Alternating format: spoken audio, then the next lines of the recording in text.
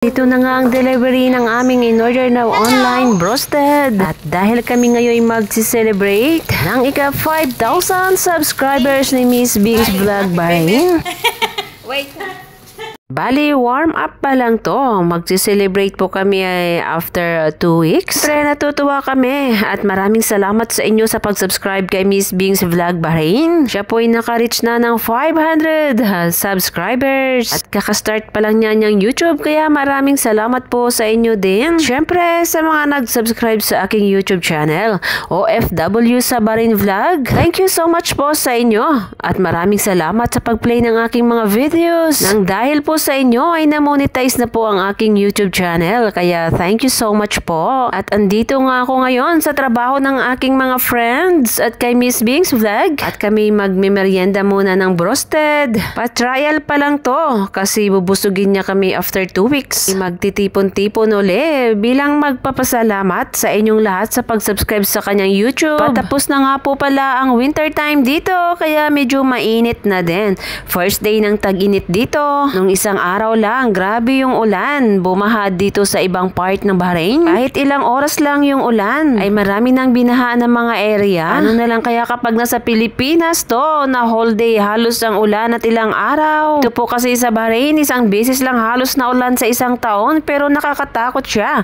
Kahit ilang oras lang nabuhos ng ulan, ay marami na pong baha ng mga area. At patapos na nga ang aming maligayang araw sa winter, kaya super init na naman dito. 1 year po halos na walang ulan. So summertime talaga siya ng isang taon. Sobrang init sa Middle East. Pakainit sa disyerto. Kaya kami dito muna sa loob medyo pakalma. Kami nga po pala ay kakain muna ng aming broasted. Masarap kasi yung broasted dito lalo na kapag mainit. Kaya tara guys, samahan nyo po kami. Happy 5 million subscribers. Happy 5 million subscribers. Ayan na nga si Miss Jean. Hindi nakainom ng gamot yan. Kaya ayan siya. Pakinggan nyo ang kanyang sasabihin. Yeah. Please guys, don't forget. May isa pa nga hindi nakainom ng gamot. Ayan siya. Si Miss Welma. To watch. If you already subscribed, if you're already one of those 500 million subscribers, please watch and don't skip the ads. Thank you.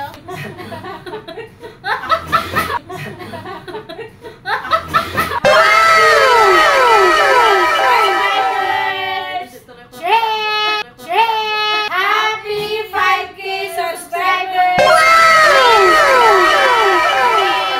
At ayan na nga kami, nagkanya-kanya na kaming kuha ng broasted. Napakasarap kasi mainit pa siya.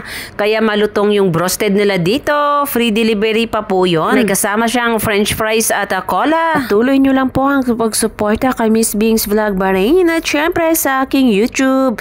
Malay mo sa susunod, kayo naman ang bibigyan namin ng broasted dyan. At kasama ko nga dyan si Miss Bing. Syempre ang aking katabi dyan, si Miss Jean, si Miss Welma at si Miss Maya. Naka-D-off po kasi si Miss Lucy kaya hindi namin siya nakasama ngayon. Saya talaga kumain pagsama-sama at pinagsasaluhan ang pagkain. Pero kahit gaano man kasarap ang iyong pagkain, ang iyong kinakain kung ikaw lang mag-isa, ay wala pa ring gana. Yan na nga tumahataw si Miss Welma. Elsa hindi pa siya nakainom ng gamot kaya ganyan ang kanyang itsura. Parang gusto din ni Miss Jean. At busy nga si Miss Bing's Vlog. At ayan si Miss Maya. Kanya-kanya na kaming kuha. Buffet style na kami at halos hindi nga ako makita dyan sa wala mapatungan ng mobile kaya ako medyo tagilid dyan parang hindi sa akin ang cellphone. Pinagbigyan ko na sila parang sila may-ari ng cellphone dyan. Akin yung cellphone, akin din yung vlog pero ako yung hindi nahagip sa camera. Hindi kasi namin napansin na hindi pala ako nakikita dyan sa video. Dahan-dahan pa naman ako dyan pag kumain kasi nga akala ko naka-video. Alam ko lang sana na parami sana ng kain ako ng broasted. Isip ko din kasi syempre nakakahiya masaya naman sa harap ninyo. At habang nga kami nakain dyan, pinag-usapan namin ang mga buhay ng may buhay. Ang oras nga dyan, mag-alas 9 na ng gabi. Medyo late na rin ang kanilang dinner. Pati na din sa akin. At after 1 hour ay uwian na kami. Nung napansin nga ni Miss Jane na hindi ako nahagip ng camera, ay inisuggest niya na ilipat naman ang aking camera. At nag-second emotion nga si Miss Wilma na oo nga, hindi ako nahagip ng aking sariling camera. At mabuti naman at may pakiramdam sila. Okay, puro seryoso ang aming mga mukha dyan. Dahil masarap ang broasted, dahil mainit-init pa. May usapan dyan kung sino ang panay salita, kung sino ang tatawa. Ay siya na namang bibili ng broasted kinabukasan. Kaya kanya-kanyang ubos ng broasted at seryoso. Maganda sana kung andito pa si Miss Lucy. Kompleto. Ale, babawi siya after 2 weeks. Dahil ito nga ipa-warm up lamang ni Miss Bing's Vlog Bahrain. Pang kasunod na bongga. Hanggang pasasalamat kayo. Alam namin kung sino-sino kayong mga nagsasubscribe. Kaya nyo po, darating din yung time na kami naman makapagpasalamat sa inyo. Ganito lang kami, ang buhay OFW sa Bahrain. Simula umaga hanggang gabi, napaka-busy sa trabaho. Mga time na halos hindi ka makakain dahil sa sobrang busy. Sa sobrang dami ng customer at kliyente. Sabay-sabay pa silang nakatingin sa video. Nakikita nyo kung gaano ang sakripisyo ng inyong kapamilya sa abroad. Gabi lang halos ang kanilang free time. At sa free time na yan, mga pagod na yan magluto. Pwede na minsan kung may time pa para magluto. Kamihan po sa amin ay tutulog na lang talaga minsan kahit gutom. Na rin sa pagod ng katawan. Dahil sa kinabukasan, kailangan mo na naman gumising ng maaga. Pumasok sa trabaho. Minsan nga wala pang almusal. Hindi po kami nagre-reklamo. Sinishare lang po namin sa inyo. Hindi po madali ang buhay abroad. Pero mas okay na din kaysa sa Pilipinas. Kikita man ninyo ang mga OFW tulad namin na kumakain sa labas, nagtatawanan at masaya.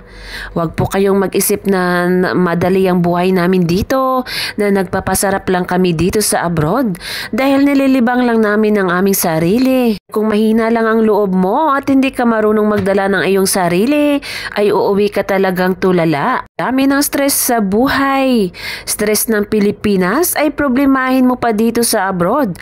Pero ikaw na nasa abroad, ikaw lang din mismo ang magsusolve ng iyong problema. Kaya ang mga OFW nakangiti yan sa bawat pictures, sa bawat video. Pre naman, alangan naman iiyak yan at ipapakita sa inyo. Kayong mga nasa Pilipinas, kamustahin din ninyo minsan ang inyong kapamilya sa abroad.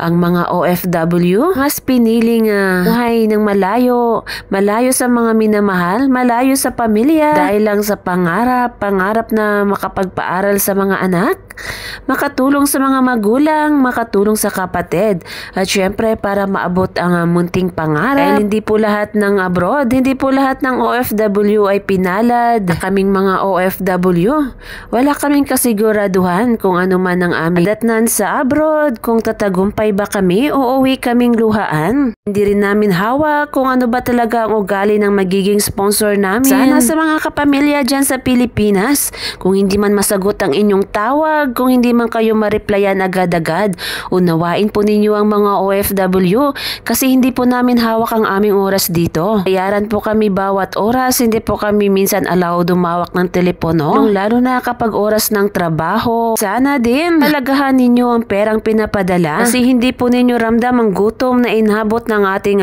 ka-OFW, ang pagod sa trabaho. Kaya sikapin po nating mga ngamusta lagi kahit wala po tayong kailangan.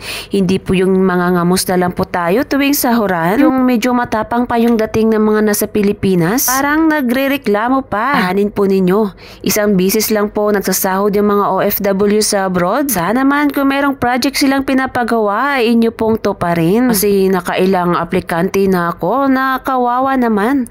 Nag-iipon lahat ng sahod sa loob ng 2 years ay pinapadala sa partner, sa pamilya. Alang pag-uwi sa Pilipinas, hindi pala proyekto niya, ay hindi pala bahay niya ang pinapagawa, kundi bahay ng kapitbahay ang pinapadalang pictures. Dahil sa nagtitiwala ngayong OFW, dahil ka-partner mo at may anak sa'yo. Pero hindi pa pala sapat yun. Kaya para sa mga OFW dyan, isip-isip po tayo. Swerte na yung mga nakahanap dyan ng mapagkatiwalaan sa Pilipinas. Magtrabaho kapag alam mo nga may project ka. Nakikita mong iyong pinaghirapan ay napunta sa tama. Swerte yung mga OFW na may partner na mapagkatiwalaan, may kapatid pamilya. Sa pag-uwi naman sa Pinas, ay makita man lang remembrance. Dahil sa malapit na nga kaming umuwi, malapit na mag-close dito. Kailangan na naming ubusin kung anong meron dito sa table. Ganyan talaga kami ni Miss Jean. Lagi kaming nahuli sa handaan, sa kainan. Talaga kami tatayo hanggat di namin maubos. Partida, medyo diet pa kami niyan. Mayo-layo na nga si Miss Binks kasi ayaw na niya kumain ng marami. Pati na rin si Miss Wilma, abay, lumipat na din ang upuan kasi ayaw na niya kumain ng marami. Si Miss Maya nga dyan parang hindi mahagip masyado ng kamera. Buti na nga lang wala pang customer na pumasok. Kaya nakapag-relax pa din kami kahit papano, nakakain din naman. Ng umaga wala pa silang oras, wala silang time kumain dahil napaka-busy. Kung after kong lumabas sa trabaho ay dumiretso na ako dito. Parang naaamoy ko na parang bibili si Miss Bing's Vlog ng broasted. Dahil sa malapit na ang closing, kailangan na naming ubusin to lahat. Kailangan wala nang matira kasi hindi na siya masarap kapag hindi na siya mainit. Yun nga, isa lang yung naubos ko dyan. At hindi ko lang talaga alam kung ilan ang naubos ni Miss Jean dyan at ni Miss Maya kasi magkatabi silang dalawa dyan na bumaba na. Hindi ko na alam kung ano ang topic namin dyan at parang seryoso ang aming mga mukha. Kaya ganito lang talaga yung mukha namin kapag wala kaming pera sa bulsa. Basta't ako kasi, ang aking mukha ay nakadepende sa aking bulsa. Pag ako'y may pera at hindi nakakatawa ang usapan ay mag-smile ako niyan. Pero pag wala akong pera, seryoso po ang aking mukha. Kaya sa video na to ay seryoso po ang aking mukha dyan. Seryoso po ang aming mga mukha. Kaya alam nyo na wala na nga si Miss Maya at si Miss Wilma. Ayaw na nila kaming tulungan na ubusin to. Miss Jean na lang talaga ang aking pag-asa kasi si Miss Bing's Vlog ay lumayo-layo na. At naisipan ko nga tumayo na at yung mga natira ay pabukas na lang nila. Kasi hindi ko na talaga kaya. Isa lang ang makaya ko sa broasted. Yung gusto ko lang kasing kainin dyan yung balat. At parang nagagalit na nga si Miss Wilma at si Miss Maya. Ba't hindi pa rin kami natayo dyan? Kaya naisipan ko na din tumayo na lang at ilagay na rin sa basurahan ng aking pinagkainan. Super busog po kami dyan. Kaya salamat sa iyo, Miss Bing's Vlog. Salamat po sa libreng broasted. Kaya madali lang din ang blessing sa iyo kasi hindi ka madamot. At dahil sa solve na, kailangan ko nang tumayo. Siguro pag sa bahay lang to at walang kamera, baka 2 broasted na yung naubos ko. Nakaharap kasi na kamera kaya medyo hinhin din tayo. Si Miss Wilma nga naka3 baso na ng cola. Si Miss Jean halos naubos na niya mga broasted dyan. Di pa rin nakatayo. Miss Bing's Vlog nag-iisip pa kung kakain pa ba siya o inom pa siya ng cola. At yung nainom ko ng cola dyan halos 1 litro na din. At uwi ang time na at ako nga ay uwi na din. Anak ko ni Miss Wilma. Ito na nga pala si Miss Wilma. Magandang dilag. Wala na pong prenta ang kanyang mukha di tulad kanina. Kami ngayon nag-1-to-1 ni Miss Wilma papunta sa bahay ni Miss Lucy.